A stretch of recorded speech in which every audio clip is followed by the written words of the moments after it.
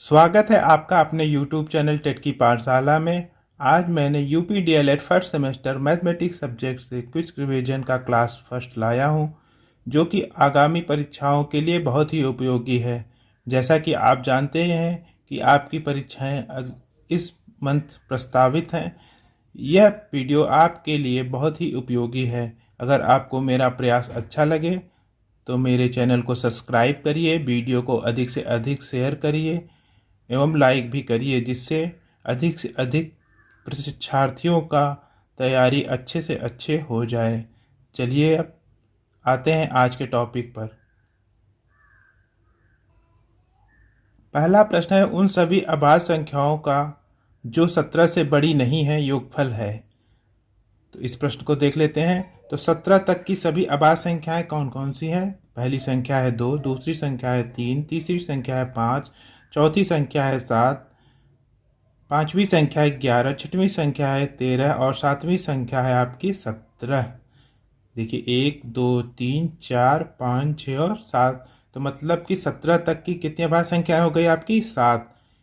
इसमें दो क्या है? सबसे छोटी अभाज्य संख्या है और एक ही होती है जो सम अभाज्य संख्या कहलाती है, क्योंकि दो एक सम संख्या भी कहलाती है, परंतु यह सबसे छोटी अभाज्य संख्या है। इसे हम सबसे छोटी सम अभाज्य संख्या भी कह सकते हैं। इस प्रकार अगर कहा जाए 3 क्या है, तो सबसे छोटी सम विभाज्य अभाज्य संख्या कहलाती है 3। अब क्या करेंगे? लिखा हुआ कि योगफल क्या होगा, तो इसीलिए अभीष्ट योगफल बराबर अभीष्ट योगफल इक्वल टू कितना हो जाएगा? सभी को जोड़ लीजिए। 2 + 3 + 5 + 7 + 11 + 13 और +17। अब इसको आपस में जोड़ लीजिए। ये एक इकाई हो गया, इकाई के अंकों को आपस में जोड़ लीजिए। 2 + 3 5, 5 5 10, 7 17 और 1 18, 18 3 21 और 7 28 के 8 हो गया। हासिल आपका 2 हो गया। फिर देखिए 2 1 2 हासिल था और 1 3 3 1 4 और 1 5, तो कितना आ गया दोस्तों आपका? 58। तो वह संख्या क्या हो गई आपकी? 58 वह संख्या हो गई। आशा करता हूँ कि यह प्रश्न आपको समझ में आया होगा। चलते हैं अगले प्रश्न पर। अगला प्रश्न दिया हुआ है, उन दो क्रमागत सम संख्याओं का योग क्या है जिनके वर्गों का अंतर 84 है। यह प्रश्न आपकी परीक्षा में पूछा जा चुका है। अब इस प्रश्न को कैसे सॉल्व करेंगे, चलिए देख लेते हैं। तो हल, माना कि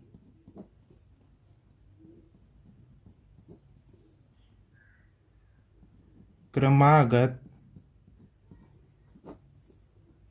दो सम संख्याएं क्या हो गई?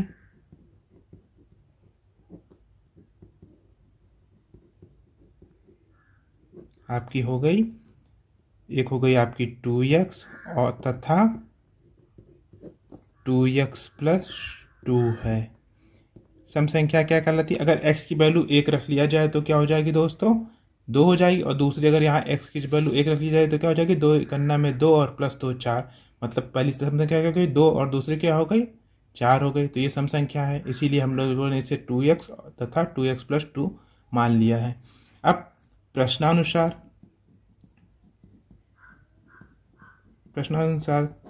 अब देखिए क्या लिखा हुआ है कि वर्गों का अंतर, मतलब इसका वर्ग कर लीजिए और इसका वर्ग का अंतर किसके बराबर है आपका? 84 के। तो ये कर लीजिए 2x + 2 का होल स्क्वायर माइनस दूसरी क्या है? 2x है, तो 2x का होल स्क्वायर इक्वल टू कितना हो गया आपका? 84 हो गया। अब ये देखिए किसका फार्मूला है? ये फार्मूला है आपका a² - b² का फार्मूला है। तो इसके क्या लिखते हैं? इसको एक ब्रैकेट में a + b करते हैं और दूसरे ब्रैकेट में a - b करते हैं। अब इसका यूज करके हम यहाँ पे कर सकते हैं कि देखिए a क्या है यहाँ पे? 2x + 2 है और b क्या है यहाँ पे? 2x है। तो इस तरह इसको कर लीजिए। तो इस तरह क्या हो जाएगा आप बताइए? इस तरह आपका यहाँ बराबर कर लीजिए। यहाँ पे आपका हो गया, आपका एक निशान कर लीजिए यहाँ पे, और यहाँ पे आपका हो गया 2x+2 हो गया, और प्लस बी मतलब +2x, और दूसरे ब्रैकेट में क्या हो गया आपका 2x+2 और -b मतलब -2x। ये किसके बराबर हो जाएगा आपका 84 मतलब 84 के बराबर हो जाएगा। अब अगला क्या करते हैं, अब इसको कर लीजिए। 2x और 2x कितना हो गया आपका 4x, और ये बचा +2। अगले ब्रैकेट में देखिए क्या करते हैं, 2x से 2x कट गया, बचा आपका 2 = 84। अब 2 का गुणा इसमें कर लीजिए तो क्या हो जाएगा आपका, 2 का गुणा 4x में करेंगे तो ये जाएगा 8x, और +2 का गुणा 2 में करेंगे 4 बराबर 84। अब क्या हो जाएगा आपका, आप देख लीजिए। अब देखिए यहाँ पे 8x बराबर 84 - 4, और आगे क्या हो जाएगा 8x बराबर आपके 84 में से 4 गया 80, और तो x बराबर क्या हो जाएगा, x बराबर हो जाएगा आपका 8 दाम में 80 मतलब 10। तो x बराबर कितना आएगा आपका 10। इसलिए क्रमागत संख्याएं क्रमशः 2x तथा 2x+2 है, तब संख्या बराबर क्या हो जाएगा, तो x की वैल्यू क्या है 10 × 10, और दूसरी क्या है 2 × 10 + 2। इसको कर लीजिए, ये कितना हो गया आपका 2 धाम में 20, और दूसरी संख्या क्या हो गई आपकी 22। तो अतः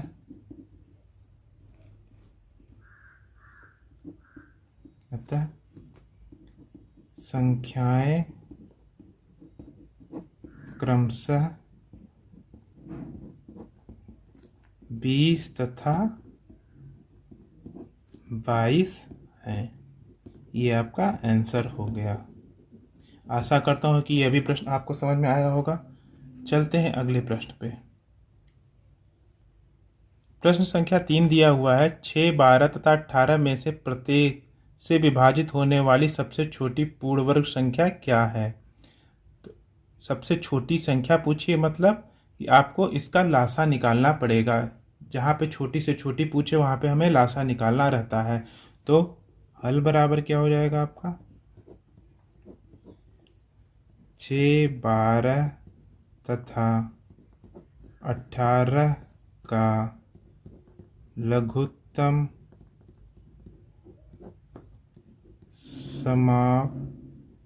समावर्तक क्या हो जाएगा आपका, लासा निकालना आप जानते होंगे, मैं निकाल देता हूँ, आप देख लीजिए। 6, 12 और 18। तो सबसे पहले किससे काटेंगे, सबसे छोटी संख्या क्या है आपकी 2, 2 से ये कट जाएगा क्योंकि देखिए लास्ट में 6 दिया है, 2 दिया और 8 दिया है, तो संख्या 2 से डिवाइड हो जाएगी। तो 2 तिहाई 6, 2 छंग 12, 2 नवा 18। अब देखिए फिर से भी 6 बचा हुआ, मतलब ये फिर से 2 से डिविजिबल है, तो फिर से कर लीजिए 2 से डिवाइड। 3 डिवाइड नहीं होगा, 3 को ऐसे उतार लेंगे, 2 तिहाई 6 और 9 भी नहीं डिविजिबल है, ये हो गया। फिर देखिए किससे जाएगा, 3 से जाएगा क्योंकि लास्ट में 3 है, तो 3 इकन्ना में 3, 3 इकन्ना में 3 और 3 त्रिका 9। फिर ये क्या हो गया, फिर 3 से जाएगी, ये हो गया आपका 1, 1 और 1। अब क्या हो जाएगा, अतः 6, 12 तथा 18 का लघुत्तम समावर्तक आपका हो जाएगा, इसका आपस में गुणा कर लीजिए, 2 × 2 × 3 × 3। आंसर क्या आएगा, 2 दूना 4, तिहाई 12, तिहाई 36। इसका आंसर क्या आएगा आपका 36। आशा करता हूँ यह भी प्रश्न आपको समझ में आ गया होगा। अब चलते हैं अगले प्रश्न संख्या 4 पर। अगला प्रश्न दिया हुआ है, वह छोटी से छोटी संख्या जिससे 20,184 को गुणा करने पर गुणनफल एक पूर्ण वर्ग प्राप्त हो। इस प्रश्न को कैसे सॉल्व करेंगे? पहले इसका हम गुणनखंड कर लेंगे। तो क्या कर लेंगे, आपका 20,184 को डिवाइड करिए तो कितना आएगा। पहले ये देखिए 4 लास्ट में दिया है तो मतलब ये किसी डिविजिबल है, 2 से डिविजिबल है। कितना आएगा, 2 इकन्ना में 2, फिर 0, क्योंकि 0 है तो 0 उतारा, 2 का पहाड़ा 1 में नहीं जाएगा, फिर से 0 बढ़ाएंगे, फिर 2 9 18, फिर 2 दूना 4, ये आ गया आपका। फिर देखिए लास्ट में 2 है, फिर ये किससे डिविजिबल है आपका, 2 से डिविजिबल है, फिर 2 से डिवाइड कर लीजिए, 2 पंचे 10, ये 0, फिर 0 यहाँ उतार लेंगे, 2 चौके 8, और कितना बचा आपका 1, फिर कितना हो गया 12, 2 छंग 12। फिर देखिए किससे 6 है लास्ट में, फिर 2 से डिविजिबल है, फिर 2 से डिवाइड कर लीजिए, कितना आ गया 2 दूना 4, 1 बचा, 2 पंचे 10, 2 दूना 4 और 2 तिहाई 6। अब देखिए किससे डिविजिबल है। अब देखिए ये 2 से डिविजिबल तो है नहीं कि हम मतलब लास्ट में 3 दिया हुआ तो 2 से डिविजिबल नहीं होगा। अब देखिए अंकों का योग अगर जोड़ने पर 3 से डिवाइड हो जा रहा है तो ये संख्या 3 से डिविजिबल होगी। 3 + 2 5, 5 5 10 और +2 12, 3 12, 12 जो होता है वो 3 से डिविजिबल होता है, तो ये संख्या भी 3 से डिविजिबल होगी। 3 से डिवाइड कर लीजिए, 3 8 24, 1, 3 चौके 12 और 3 इकन्ना में 3। अब 841 ऐसी संख्या है जो केवल 29 से डिविजिबल होती है, तो 29 डिवाइड कर लीजिए, ये हो जाएगा 29 दूना कितना हो गया 58 के 58 हो गया। 84 में से 58 घटाएंगे, उसके बाद बचेगा आपका 26 और एक कितना हो गया आपका 261, ये क्या आ गया 29 आ गया। अब 29 का पहाड़ा 29 में पढ़ लीजिए, 29 करना में 29, तो क्या हो जाएगा। अब देखिए आगे, अब इसको लिखेंगे 20,184 बराबर कितना हो जाएगा आपका, इसको कर लीजिए 2 गुणे 2 गुणे 2 गुणे 3 गुणे 29 और गुणे 29। अब इसको कैसे लिख सकते हैं, ये कितना हो गया आपका 2 का स्क्वायर, क्योंकि पूर्ण वर्ग पूछा है मतलब हमको 2 2 का जोड़ा बनाना पड़ेगा। 2 का जोड़ा यहाँ बन गया और 29 का जोड़ा बन गया, तो ये 2 का स्क्वायर हो गया यहाँ पे, और गुणे 29 का स्क्वायर। अब क्या क्या बचा है आपका, 2 और गुणे 3 बचा हुआ, तो ये कितना हो गया गुणे 2 गुणे 3, ये हो गया। तो क्या लिखेंगे हम आगे, आगे देख लीजिए। अतः अभिष्ट संख्या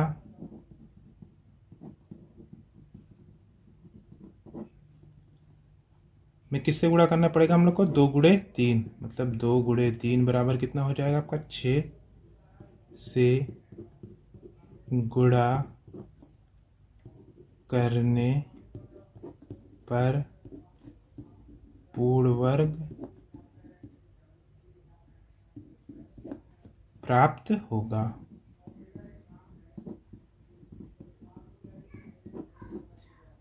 आशा करता हूँ कि यह भी प्रश्न आपको समझ में आया होगा। अब चलते हैं प्रश्न संख्या 5 पर।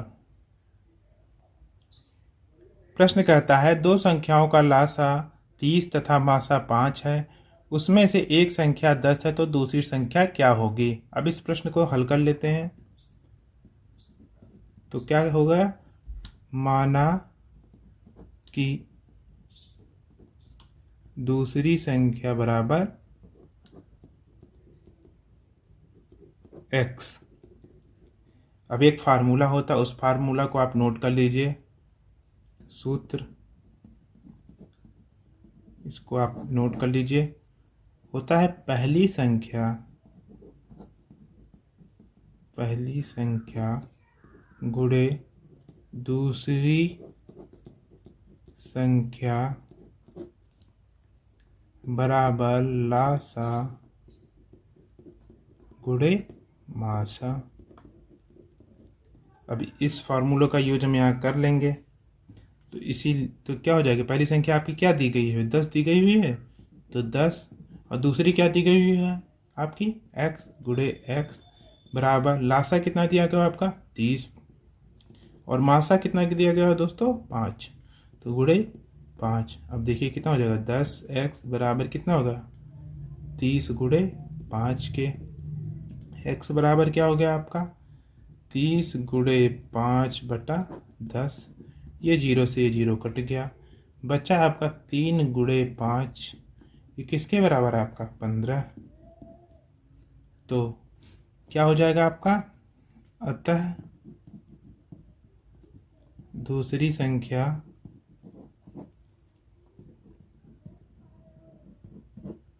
x बराबर 15 होगी। आशा करता हूं कि यह भी प्रश्न आपको समझ में आ गया होगा। अब चलते हैं आज के अंतिम प्रश्न, प्रश्न संख्या 6 पर।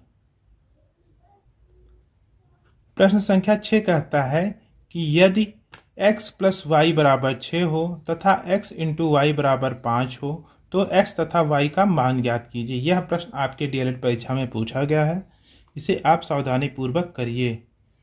चलिए मैं आपको करके दिखाता हूं। तो आपको पहला इक्वेशन क्या दिया गया हुआ है, हल। आपको पहला इक्वेशन दिया गया x प्लस वाई बराबर आपका कितना दिया हुआ 6, इसको आप फर्स्ट इक्वेशन मान लीजिए। और दूसरा दिया गया x इंटू वाई बराबर आपका 5 दिया हो गया, इसको आप 2 मान लीजिए। अब इक्वेशन 2 से x बराबर या y बराबर आप निकाल लीजिए। तो अगर मैं x बराबर करके करता हूँ तो कितना हो जाएगा 5/y।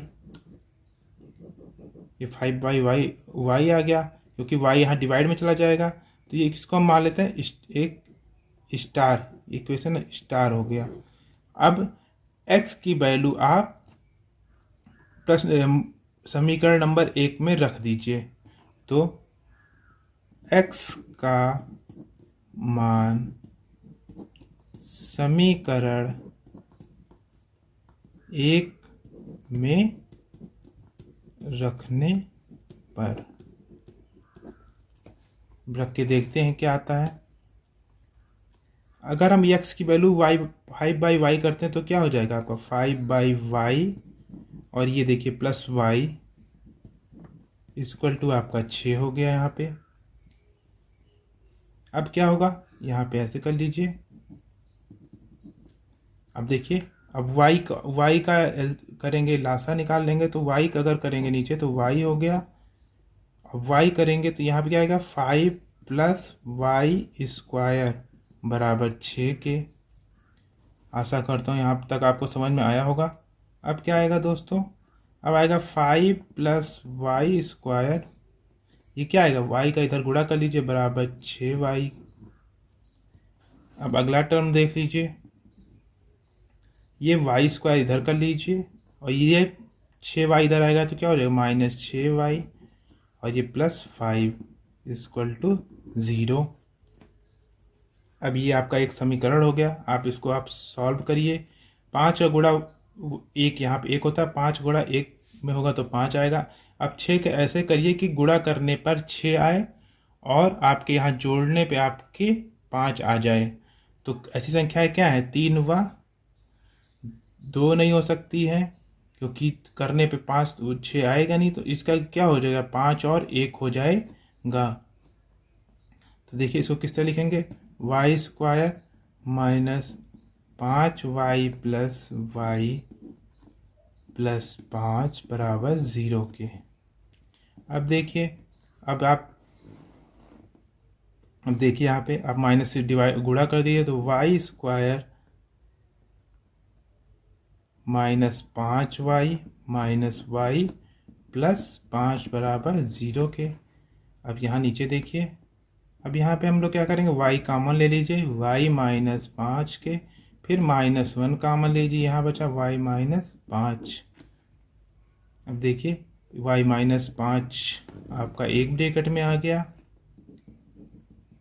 और दूसरे ब्रैकेट में क्या गया y माइनस 1। तो y बराबर क्या आ गया आपका, y बराबर क्या आ गया 5 और 1 आ गया। तो जब y बराबर 5 तब x बराबर क्या हो जाएगा आपका 5/5। यहाँ देखिए, यहाँ पे देखिए x बराबर क्या दिया है 5/y दिया है, अब यहाँ y की वैल्यू क्या दी गई है, 5 दी गई, तो 5/5 हो जाएगा। तो इसकी वैल्यू क्या आ जाएगी आपकी 1। और जब y बराबर आपका कितना 1 है, y बराबर 1 है, तो 1 हो जाएगी, तो क्या हो जाएगी, तब x बराबर क्या हो जाएगा 5/1। तो कितनी आ जाएगी 5। तो ये वैल्यू आपकी आ गई कि x तथा y की वैल्यू हमको ज्ञात करनी है। तो आप ये देखिए कि जब x बराबर आपका 1 है, एक आ गया 1 और 5 आ गया आपका, और दूसरा क्या आ गया, दूसरा आपका आ गया 5 और 1, x और y की वैल्यू। आशा करता हूँ ये आपको समझ में आ गया हो कि पहली वैल्यू क्या आएगी, 1 आएगी, तो y की वैल्यू क्या आएगी 5 आएगी। अगर x की वैल्यू 5 आ रही है तो y की वैल्यू 1 आएगी। ये आपका आंसर हो गया। आशा करता हूँ कि ये भी प्रश्न आपको समझ में आ गया होगा। दोस्तों, आपको मेरा प्रयास कैसा लगा? अगर आपको मेरा प्रयास अच्छा लगा तो मेरे वीडियो को ज़्यादा से ज़्यादा शेयर करिए, चैनल को सब्सक्राइब करिए व लाइक भी करिए। मिलते हैं अगले वीडियो पर, तब तक के लिए नमस्कार।